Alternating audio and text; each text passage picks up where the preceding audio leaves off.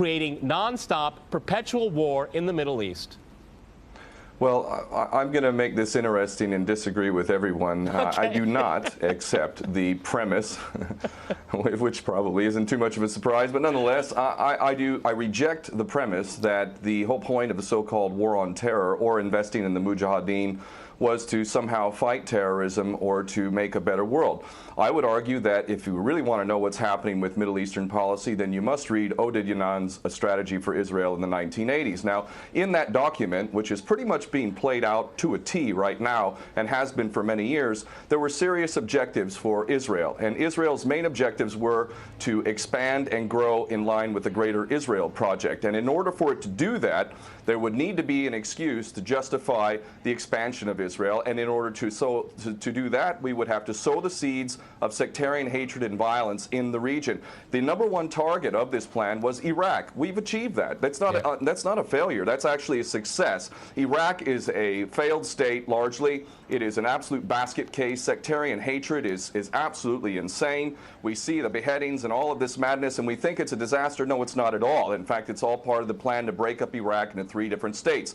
When we look at Syria, we also find that the goal is once again the same thing: sow the seeds of sectarian hatred and basically turn that nation into a basket case.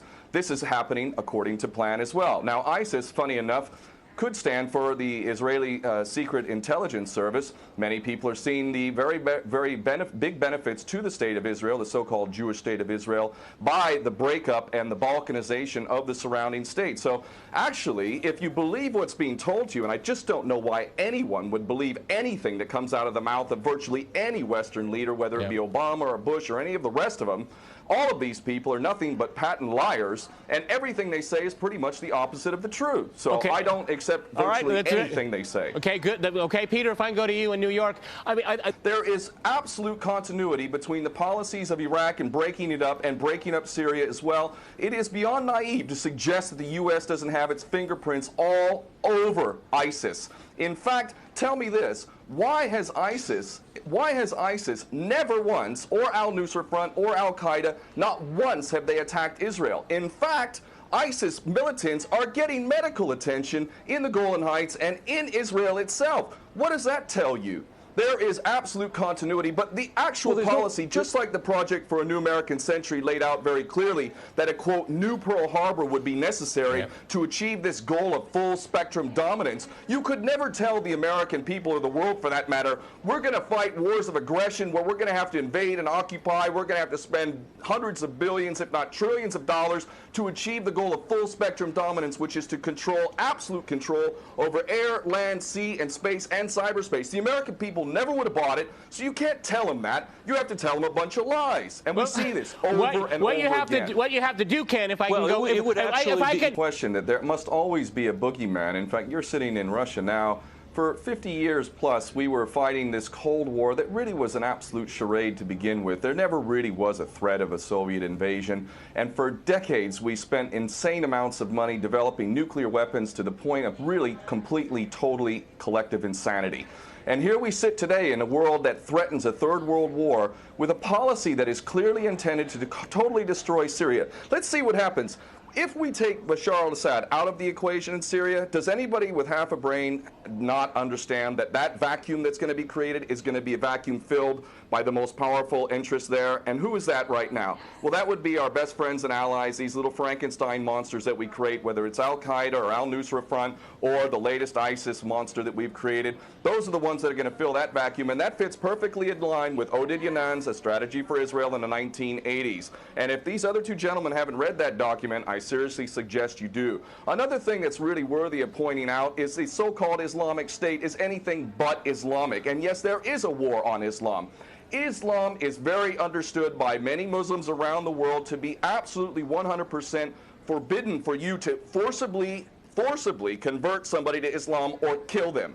This is totally untrue. Back in the medieval times, when there was Muslim empires, it was an absolute understanding and policy amongst the Muslims who were in charge at that time that those who practiced whatever religion were allowed to continue practicing that religion, and they were not even forced to pay taxes into the Muslim empire itself. However, However, if people wanted to practice that religion, they would not be able to derive the benefits of the tax system and so on and so forth. The bottom line is no Muslim in their right mind would justify going in and literally executing men, women, and children simply because they don't convert to your religion. These people are not Islamic. They are creations of the monster, which is the empire of the United States and all its cohorts in Israel and England in particular.